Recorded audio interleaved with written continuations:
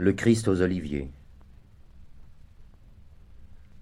Quand le Seigneur, levant au ciel ses maigres bras sous les arbres sacrés, comme font les poètes, se fut longtemps perdu dans ses douleurs muettes, et se jugea trahi par des amis ingrats, il se tourna vers ceux qui l'attendaient en bas, rêvant d'être des rois, des sages, des prophètes, mais engourdi, perdu dans le sommeil des bêtes, et se prit à crier « Non, Dieu n'existe pas !»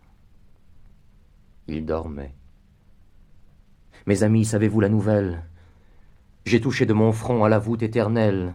Je suis sanglant, brisé, souffrant pour bien des jours. Frères, je vous trompais.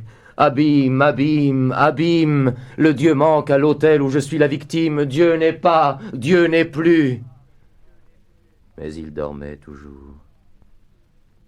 Il reprit. « Tout est mort. J'ai parcouru les mondes. Et j'ai perdu mon vol dans leur chemin lacté, aussi loin que la vie en ses veines fécondes répand des sables d'or et des flots argentés. Partout le sol désert côtoyé par des ondes, des tourbillons confus d'océans agités. Un souffle vague émeut les sphères vagabondes, mais nul esprit n'existe en ces immensités.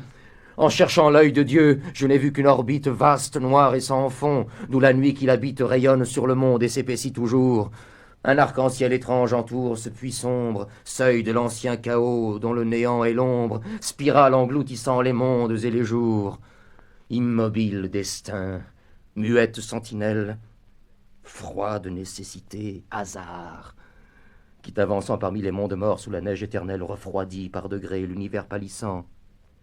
Sais-tu ce que tu fais, puissance originelle, de tes soleils éteints l'un l'autre se froissant ? Es-tu sûr de transmettre une haleine immortelle entre un monde qui meurt et l'autre renaissant ? Oh, mon père, est-ce toi que je sens en moi-même ? As-tu pouvoir de vivre et de vaincre la mort ? Aurais-tu succombé sous un dernier effort de cet ange des nuits que frappa l'anathème ? Car je me sens tout seul à pleurer et souffrir. Hélas, et si je meurs, c'est que tout va mourir.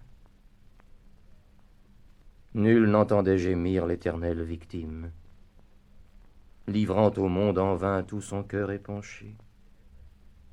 Mais prêt à défaillir et sans force penché, il appela le seul, éveillé dans ce hymne. « Judas, lui cria-t-il, tu sais ce qu'on m'estime. Hâte-toi de me vendre et finis ce marché. Je suis souffrant, ami, sur la terre couché.